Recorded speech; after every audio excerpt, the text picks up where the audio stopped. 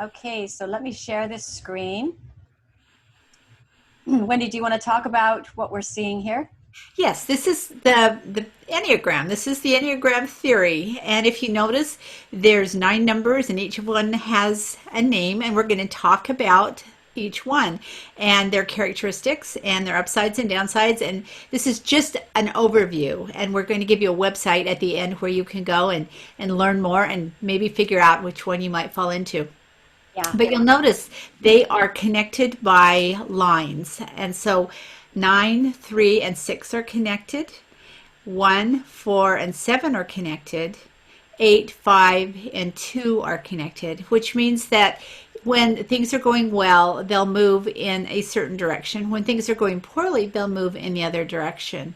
And rather than get into what all that means right now, we're just going to give you an overview and invite you to go to the website we'll give you at the end and learn more for yourself. So let's start with number 1. Number one. Okay.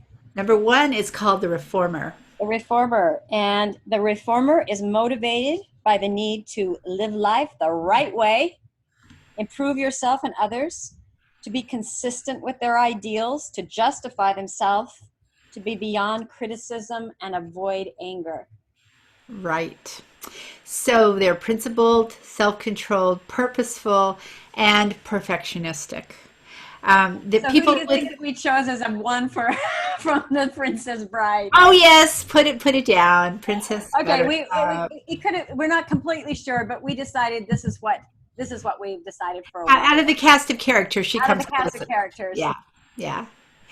And this is a great one. She has Wesley doing her bidding in a certain way, as a perfectionist would, right? Yeah, yeah, and I think she lives her life in this, like, as soon as she Wesley was gone, she's like, I will never love again. It was like there she has these ideals, and there'll be no other ideal like that ideal. Correct. So that's why we chose her as the Yes. perfectionist. And ones tend to be really black and white. You either Very. succeeded or you failed. If I want to talk to a one and get their attention, I'll say, I know that you're trying to do it the right way, or you want others to do it the right way. And that tickles their ears. They love the word right.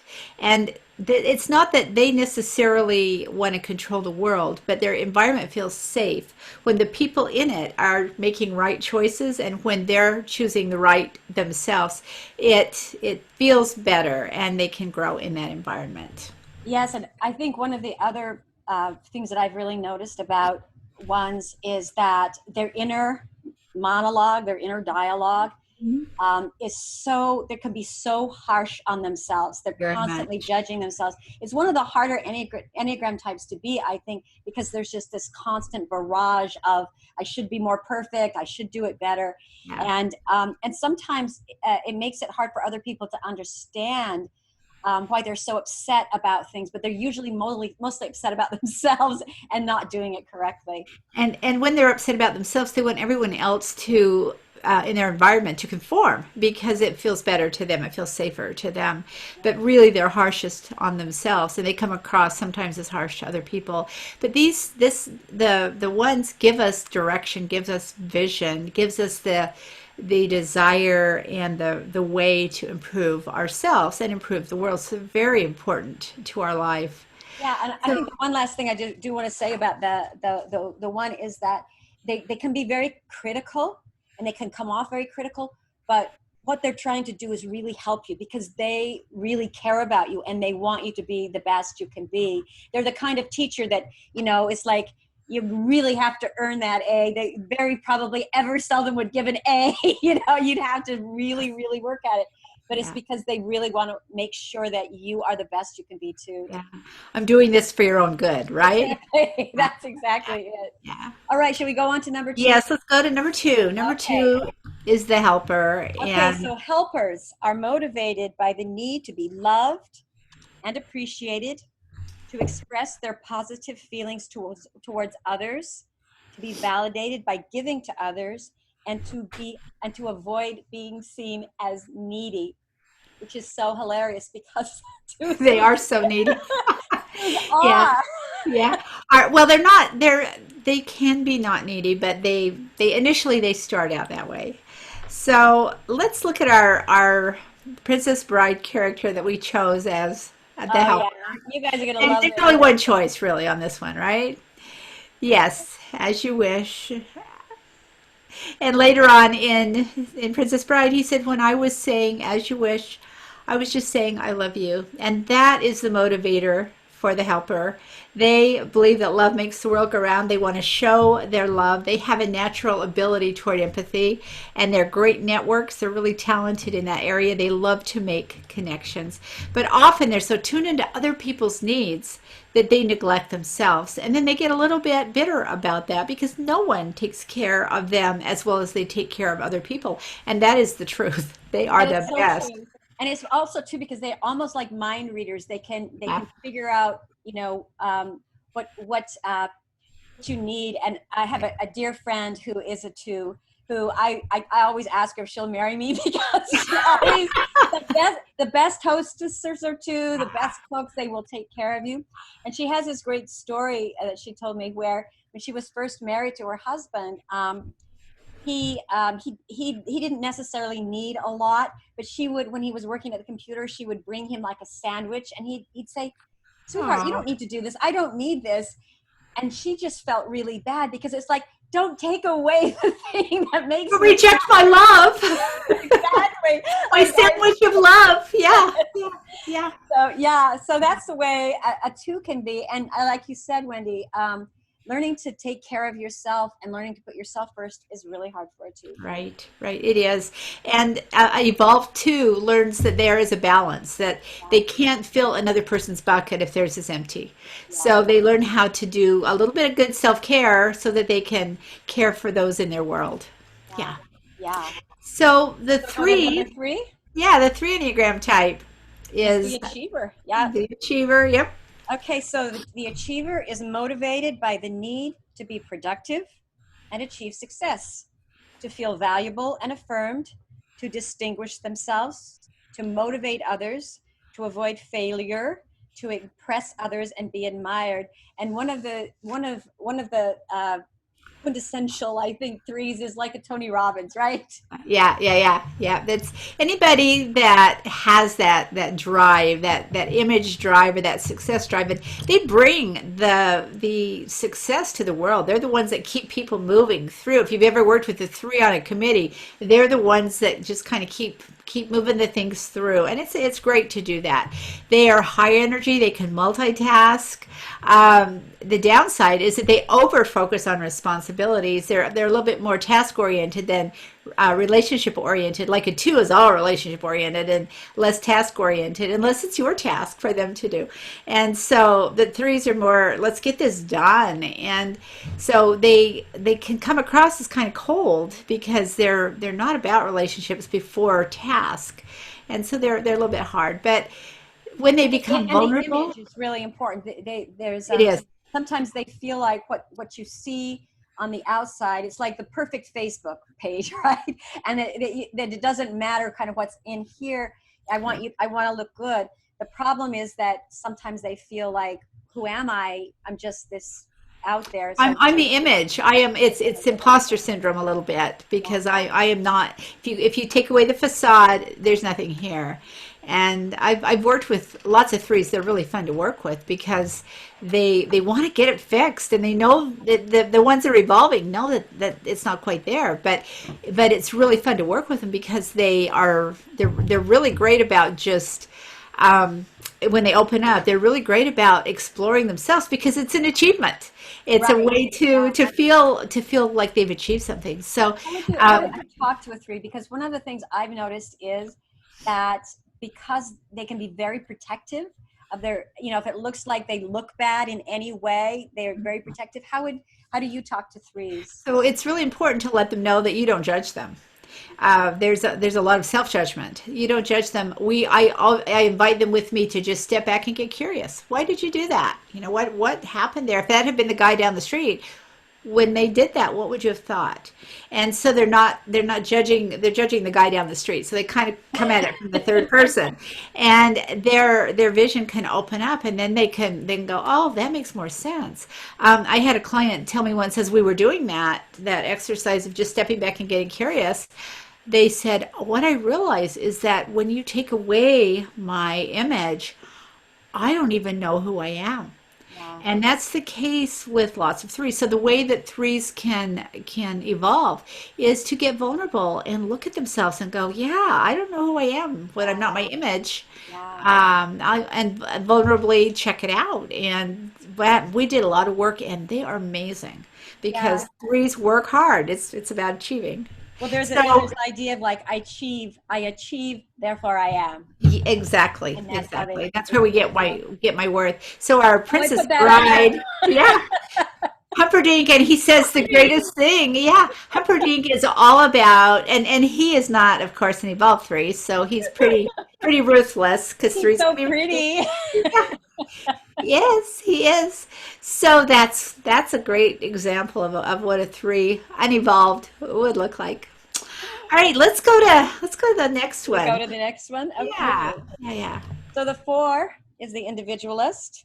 The individualist is motivated by the need to understand their feelings and to be understood, to search for the meaning of life and the ideal partner, to avoid being ordinary, to take care of emotional needs before attending to anything else. And the individualist also is sometimes called the romantic as Yes. well. So it's the artist, right? It's the artist. And so if they're not evolved, it's the tortured artist.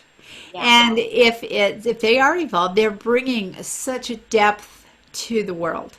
That's their gift, is to bring emotion and feeling and depth to the world. I love fours because no one can feel as deeply as a four feels. And they're able to just go with you emotionally, empathetically, and support you through your process. But if you're not evolved, you constantly feel like something is missing, and you're on this gigantic search for what that thing is, and you want to be Waiting, noticed. you're always waiting to live your life. Like, when is my Yeah, life going to begin, right? got to start. It's got to start somewhere. Yeah, and I want to be noticed, and I want to be appreciated, and I want to be loved, and but I want to do it from on my terms. I want you to. I don't want to put myself out there. But I end up putting myself out there to get noticed. But I would love to just do it on my terms, which we have to ask for what we need. It's anything else is kind of a fantasy. Yeah, and I think fours Sometimes. also want to be understood, but it's very hard. There's so much of what they're trying to do is get people to understand them. That's why artists are the way they are, because they want to express themselves. It's like, come into my world, you know. Yeah. Yes. Yeah. And because their world is so emotionally intense, a lot of the Enneagram points go, ah, stay away from me. That's too much. Like, I feel like I'm getting back sucked in. into the vortex. And yeah, and so stay away from me because I Yeah. don't know what to do with your emotion. Yeah. Have you known any fours in your life, Cindy? Well, so I consider myself a 5-ish four. So I have definitely 4 characteristics, as you know. Sometimes Wendy will call me the drama queen. But I have this really wonderful friend that I love so much. And when I first met her, it was just like everything in her life was this big drama. And, you know, for the first year that I knew her, I would always be trying to help her. And, you know, like, okay, we got through that drama. And then one day I thought, you know what? I think she's just addicted to drama. And I asked her one day, I said, you know, do you think you might be addicted to drama? And she said, oh, I hope not. I love it. Perfect. I love it. It was perfect. And people that are at that stage of their development don't understand, don't even see the irony of that. No. And it's just But it's part of their evolution. I could understand it And because I understand my own drama, right? yeah, that's great. So our Princess Bride character that we thought came most to that is It's the grandfather. it's the grandfather. And we chose him because he's a romantic. Yeah, yeah. He was really a romantic, and he loved this story, and he wanted to share this story, you know, with his grandson. So Yeah. yeah, so that's why we chose him. We think he's on the higher end, right? Yeah, I was just going to say he was an evolved individualist. Yes, definitely. And what Wendy's talking about is that, you know, every Enneagram type has an evolved and then a lower, you know. Well, it has high, medium, and low. Yeah. Yeah. And we all want to sort of get to our high level and also expand our types so that we're working on, on one note. So, Yeah, okay, we'll go into exactly. the next one. Okay, so the next one is the investigator. And So the investigator is motivated by the need to be capable and competent, to master a body of knowledge and skill, to explore reality, to remain undisturbed by others, to reduce their needs, to have solitary time to explore and research. right. So if an investigator does not get that solitary time need met, it's very difficult and they're hard to be around. They get a little grumpy if they don't get their personal space for a while. I had a client once who he was a dad in a family of all girls. It sounds like our dad, huh, Cindy? A different dad, Yes. and he was definitely a five, definitely an investigator, and he lived with emotional women, and it overwhelmed him. And he said, I could not sit at the dinner table and have dinner with my wife and daughters. It was just too much. It was just too much for me because he needed his alone time. So what he learned to do, the way his house was set up, he had a table and then he had a bar and then the rest of the kitchen. And so the family would sit at the bar, or sorry, at the table. He was at the bar and he would sit at the bar and he would eat parallel to all the estrogen in the other end of the room and all the drama going on.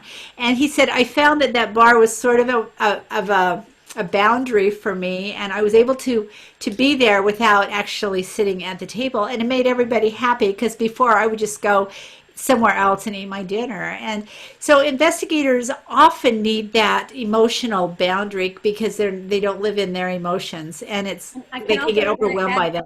add one other part to that, because I also think that when you're dealing with a five Enneagram type, they need to know that there's a beginning, middle, and an end. So, like, if you just said to a five, "Let's be friends," can we talk? Could we talk and be friends? They'd be like, "Okay, what's going to be required?" But if you said to them, "Could we talk for 15 minutes a week and just share our lives?" Yeah. Then they would be like, "Oh, okay, I can do that." Yeah, they need structure. They need dependability, predictability, and that works best for them. They it's not that they're not emotional, but they process their emotions by By themselves, themselves. Yeah, and very that's privately with important. that. So they say they can come across as really kind of crotchety and grumpy a lot, but it's just that And that's what know-it-alls. they do. they, Oh yeah, they because love to research. And in fact, what I've really found about fives is that knowledge and information is like a commodity. It's like they're not going to give it it's away for nothing. currency. Yeah, Yeah, it's a it's a currency. Yeah. currency. Yeah, it is. What I found with my fives on my caseload, and I don't see many fives because they don't think they need someone else to Absolutely. help them, and they don't feel They their have to have feelings. they have to have it either like a four-wing probably Yeah, to to go. get to therapy, it's true. And they don't like to talk about their feelings. So why in the world would they see a therapist? But the fives that I do see, they really want to know where I'm getting my information and Yeah. why this technique works. And if I can explain that to them, they're on board in a second. They do it beautifully. But if I don't have that information, they're pretty distrustful, as I would be as well. So yeah. So our Princess Bride character that we think comes closest to this is, of course, Inigo Montoya. Very much the investigator, very much the solitary figure. His very intense. Fives can come across as really intense, especially if they have a four wing, which probably Inigo does have. And, to, Um, and because his father, his father got killed, he spent his whole life investigating how to take revenge, and and he studies practicing. all these different like forms of martial arts. I mean, not martial arts, fencing. And so, Yes. so that's the other reason why we thought was because he made it his life purpose To find the six-fingered man. to find And the man. when Cindy talked about how Enneagrams can be the result of a childhood wound, this is Inigo Montoya. He probably was headed toward a five anyway, but the childhood wound just sunk it in even more deeply. Yeah, yeah. All right, let's go to All right. the So we'll sixth. go to the next one. All Yeah, right. okay. So this is the loyalist. So the loyalist is motivated by the need to have security, to feel supported, to overcome their fears, to have the approval of others, to test the attitudes of others towards them, and to defend their beliefs. Right. So there's two kinds of sixes, and this is the only group that has two kinds. There's the phobic loyalist or six, and there's the counterphobic six. And the phobic six is afraid of lots of stuff. And they're afraid to start new stuff. They're afraid they're going to fail. They're afraid of being adequate. And so is the counterphobic six, but they just show it different. The phobic six hides from the world, and the counterphobic six goes out and gets in the world and does dangerous things. And so you can tell a counterphobic six by, the skydiver that goes out without a parachute. I'm kidding, that's not true, but they'll go do the dangerous thing. I've known a lot of. They really face their fear. They don't want to, they don't want to go, sit and marinate in their fear. They're going to go like, I'm going to go right straight. I'm gonna go toe to toe, and we'll see how it all works out. So, and because they're so worried about life, phobic or counterphobic, they do a lot of planning. And if their plans are interrupted, they're pretty grumpy about it because it's insecure, feels insecure to them when that happens. I have a friend who is a planner, and if his plans get messed with, he is not a happy camper. And if you don't follow his plan, you have to have a good reason. He's reasonable, but if you can't give him a good reason, then he's not going to be very happy or very on board with the modified plan. And the thing about his plan is it's always really good because sixes make great plans. They look at the pros and cons, they look at what could go wrong, they make really, really good plans. But sometimes if you're a fire, whatever, yeah, six, because they'll know where the exit is, they'll know well what to do because they're, in fact, I think that's the problem is that sixes live as if there's an emergency all the time. Yeah. But if it really is an emergency, they're the people to stick to and do exactly what they say because they'll know. It's just there's so much living in that. We call it the wreckage of the future. Yes, yes. And that's really where they live. They wait for the bad to happen. And most of it doesn't happen, but if it did, they'd have a plan for it. And so they bring courage to the world. Yes. That's their thing. So much so. Yeah, so much so. So our Princess Bride character that we thought of for this particular one. Count Reuben. And we chose him because, well, he's loyal. Very. And he's got all these plans. He does. And he's warning Humperdinck, if you don't have your health, you haven't got anything. I mean, it sounds like the thing a six would say. Let's plan for it. I'm going to warn you about it because I look globally at the problems and the pitfalls. Yeah. When he was being attacked by Inigo Montoya, he had figured out this whole plan. He ran away, and and there's that security, the anxiousness that that he felt. So we thought he'd be a good one to. Well, yeah, it totally works here. And suspicious too. Totally. So then the next point is the most fun to be around. If you have a friend that's they're the enthusiast. Also, I love another description is the adventurer. And they're motivated by... You want me to read it? Yeah. By the need to be happy and satisfied, to have a wide variety of experiences, to keep their options open, to enjoy life and amuse themselves, to escape anxiety and to avoid suffering and pain. So these are the folks that make life happy. That's their gift to the world, is to bring joy, to bring spontaneity, to have a really good time. And then totally help us have a good time. Their biggest enemy in the world is boredom. That's what they just do not like at all. Our Princess Bride character for this one, of course, was Mad Max, and he just it's every line he gets is all spontaneity and happiness and joy, and just makes us laugh and have fun storming the castle. Like that's going to be a big adventure, and they're just going to have a really good time. A challenge for a seven, then, Wendy. So for the sevens, it's making their life structured enough that they can function in it. For example, we back when our kids were teenagers, we had someone knock on our door one day. They were from California, and they were selling books for the summer to get themselves enough money to go to school. So it was kind of an important thing that he work this job and make enough money to go to school.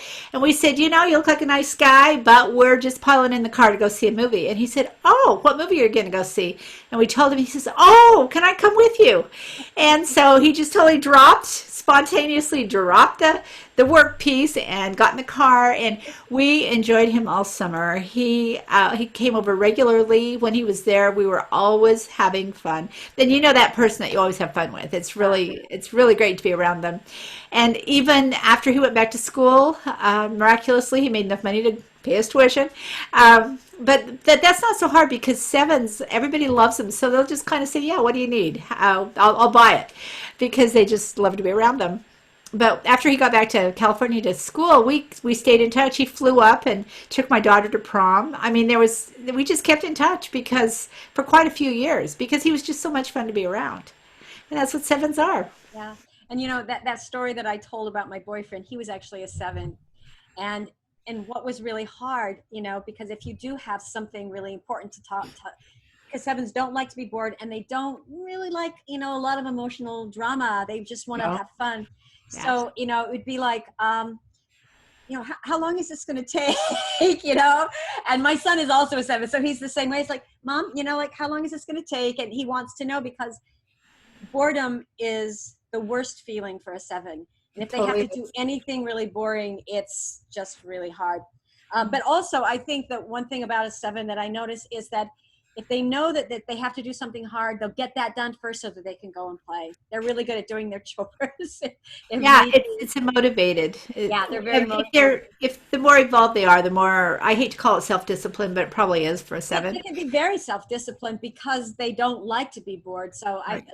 And they're very, very often entrepreneurs, and, thinking about ideas. Sometimes they have so many ideas, they have a hard time completing them. Yes. So they're, you know, jack of all trades, not necessarily master, you know, of them, but they are probably the best. Oh, and we didn't say this about this, the 7 Enneagram type.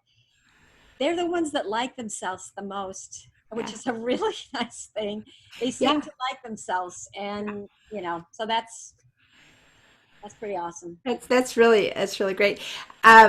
We can talk about this a different episode, but there's personality types that dig pretty deep, like 4s do, and 7s just kind of skim along the top. So they, of course, they can like themselves. They're not going to go mine deep enough not to. So exactly. But it makes them really fun.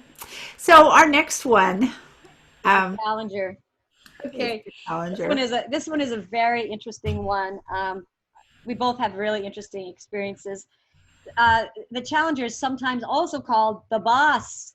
Yes. Motivated by the need to be self-reliant and strong, to make an impact on the world, to assert themselves, to stay in control, to prevail over others, avoid being weak, and to be invincible. And we could also say, I lead, therefore I am. That's right. These people are leaders. They are natural born leaders. They are not very good followers because they're supposed to be the leader. And the evolved ones know that following is part of leading, but the unevolved ones, they want to be in charge. They expect to be in charge, and they expect to be listened to. Consequently, their ability to have relationships, if they're not evolved, is really low. Their task and their need to lead takes precedence over any kind of need for a relationship. They'll have a relationship with you as long as you follow them and do it under their terms.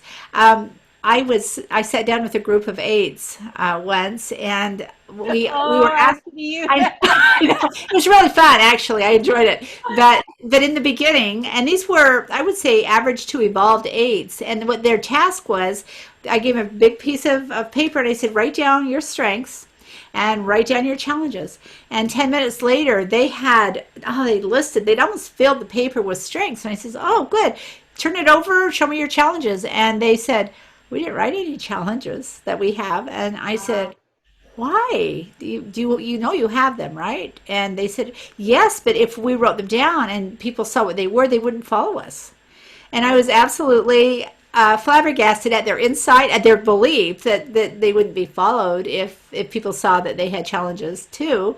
that also they just didn't want to write them down. They didn't want to look at them. And I said, well, I'll tell you what, if you don't write them down, we'll let the room write them down for you. We'll let everybody else in the room write them down. And so at that, they flipped it over and wrote down the list. And They were not going to let they were going to lead that one too. So it was a great example of how eights think. It's Yeah. so funny because I've had a few 8 clients, and the thing I always do, and I can always tell it's an 8, because when they come for a consultation or whatever, they completely take it over in the beginning. It's like, they take over the whole room and they take over what the conversation is going to be.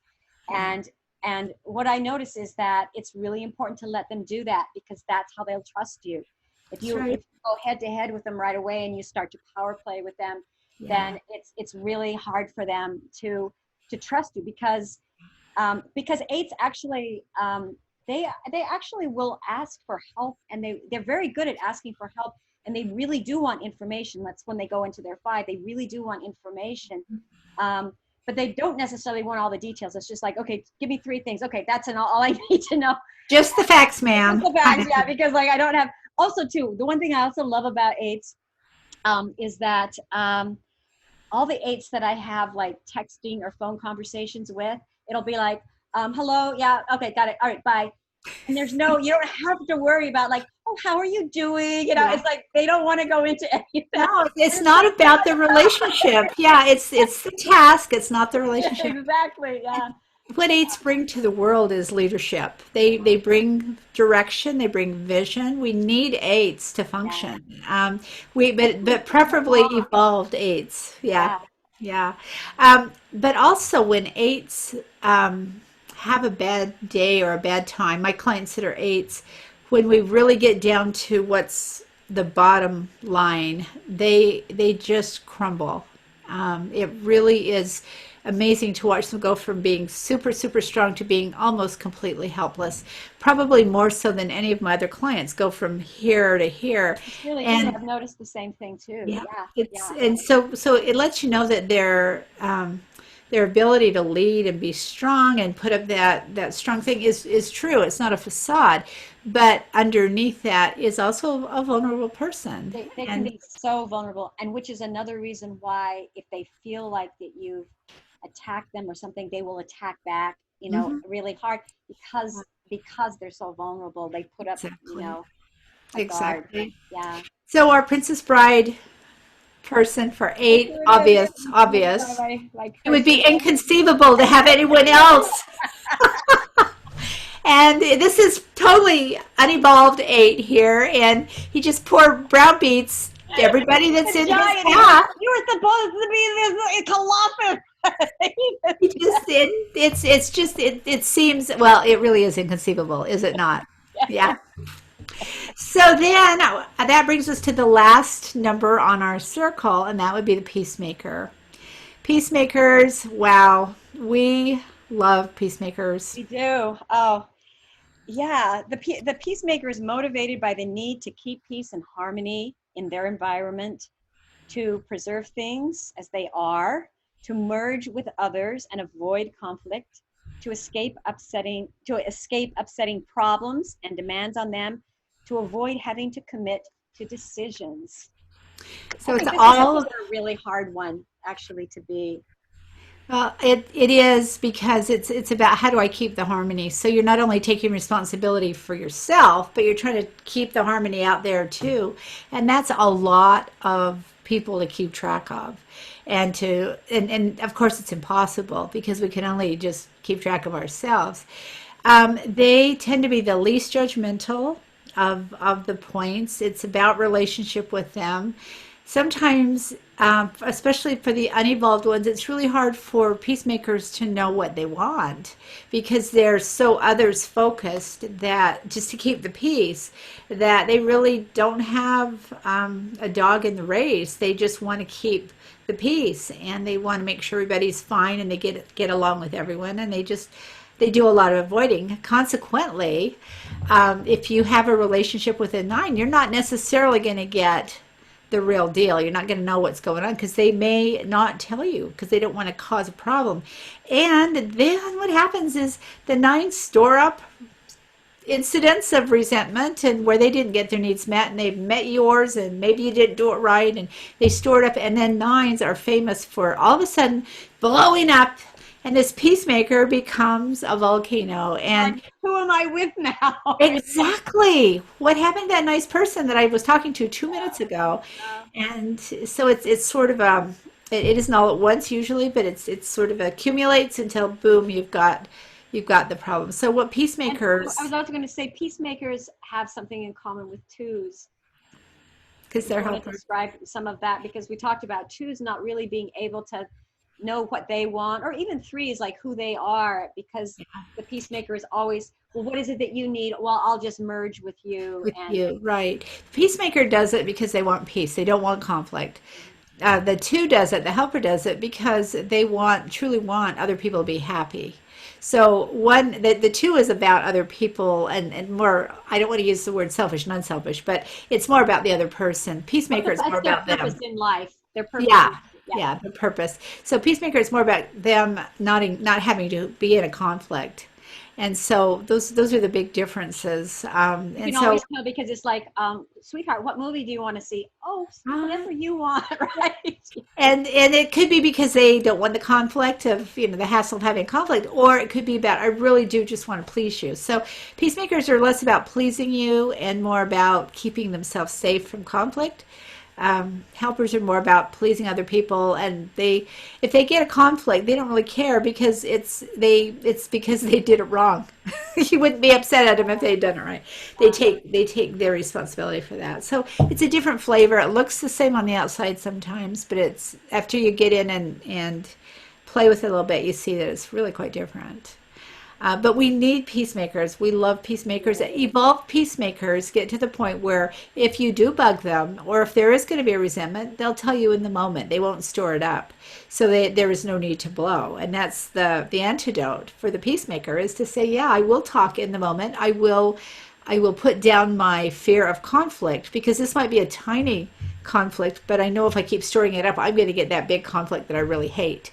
They So really have to take a risk, and it feels very risky for them totally to does. say I'm upset, or to even ask sometimes for something that they need, because it's like anything that would seem like, they'll say something and test the waters, and then if somebody has a response that they don't like, they'll just so it's a They big just back risk. right off. Yeah. So our Princess Bride character for Peacemaker, we thought was really a good one because he's a big giant. You would think he wouldn't worry about conflict, but yeah, he just loves to keep people happy on both sides, as it turns out.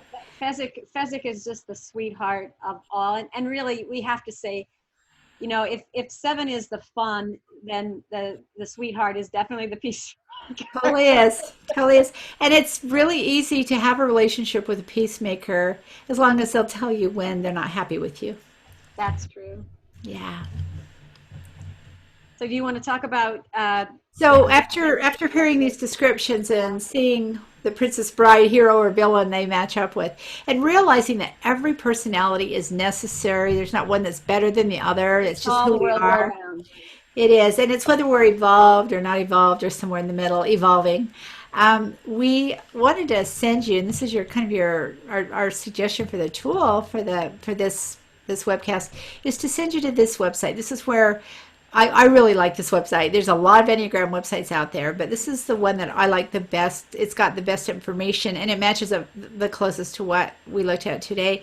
And if you go there, you can just click on the Testing.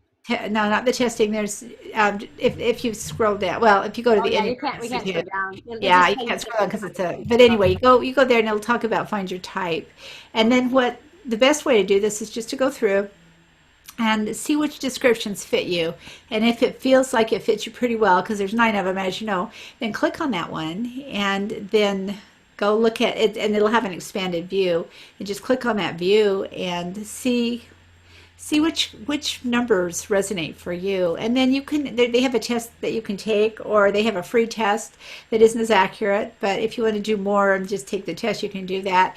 Or you can just kind of read and do what I did that took 6 months, but it was worth it. And just kind of I'm still figuring mine out. So. yeah. But Well, it's and so much fun because there's just so much to learn, really, and it's there really is. a lot There of work is. to And the whole do. idea is that we want the best parts of all nine pieces as part of us. And as we evolve and get older, hopefully we have that. So just take your time and figure it out. And then at the bottom of every description, it has relationships. Like if you're a 3 and you think you might be married to a 7 or an 8, you can click on that number and it'll show you the challenges and the strengths of that relationship. And you could even get your partner to take to go through and see what they are. But my favorite thing is not to do that. So if I have a client that I have not been able to figure out, I will go in and think, okay, which things do I think this client is? If I think it's this number, and then I know what number I am, I'll look at that relationship thing, and it sorts some things out for me. And their client might be a whole different Enneagram point, but the way that they're reading to me is the one that I've chosen for them to sort out the relationship. So that's your tool. That's Yeah, the place to go. And I really also want to encourage people because it really does change the way you can talk to somebody. I had an incident with an 8 who got very upset with me about something, and she just yelled at me, and I started crying. And you never cry in front of an 8. Let me say that, okay? You never cry. They do not like weakness. So if you show weakness, so I went to a friend of mine who's an Enneagram expert, and she had to coach me, and she's like, no, you've got to stand up to her, and you've got to say this, and she basically gave me a script, and I'm terrified, right? but I said the script, and it's amazing because after that, we were friends, and but so the idea is that an 8 doesn't like feeling words. So if I say to an 8, oh, I'm feeling really they're like, but if I say, I think that we should do it this way, they're like, oh, that's interesting. yeah, yeah, So like there are certain words that you use with different types, and it right. really, I'm not kidding you, it so works. Makes a difference, and that's why this is important. And it builds rapport right away. You have way successful communications. It's like So we're a superpower, really, It right? is. It is. So we're going to be framing the next four episodes around using the Enneagram, not so much calling on the Enneagram points so much, and it's not going to be theoretical like this one was, but it helps to have this background. It will put you ahead as we're looking at resentment. It's where Yeah, as we're we're looking at other headed. ones, or even in our other ones, we'll probably be talking about Enneagrams because we just love them, and it's just a really Right. easy way to have a discussion about Right. personalities and the people in our plays. So It anyway, is. we want to thank you so much for joining us in this episode of Choose. And of course, if you'd like further information, I do coaching. Wendy does her work as well. But if you want to check out my website, you can go to www.cindyloubarlow.com. I have an academy there. And also, I have a book. It's called Playing You, A Star is Born, and that's on Amazon. And I would love for you to check that out as well. And I'm at wendyrawlings.com. Come over and see what we got there. And we're both going to be putting the resources for the Enneagram types up on our website. I think Wendy has a lot of other resources on her site as well. I do. So until next time, remember that you cannot choose your challenges, but You can choose your response. And you can choose to be compassionate with yourself and with others. by studying the Enneagram personality types. Thanks for being here, and Thank you so please much. subscribe if you haven't, check the next video, and leave suggestions and topics for the future. Yes, choose to interact with us. Thank you. Bye.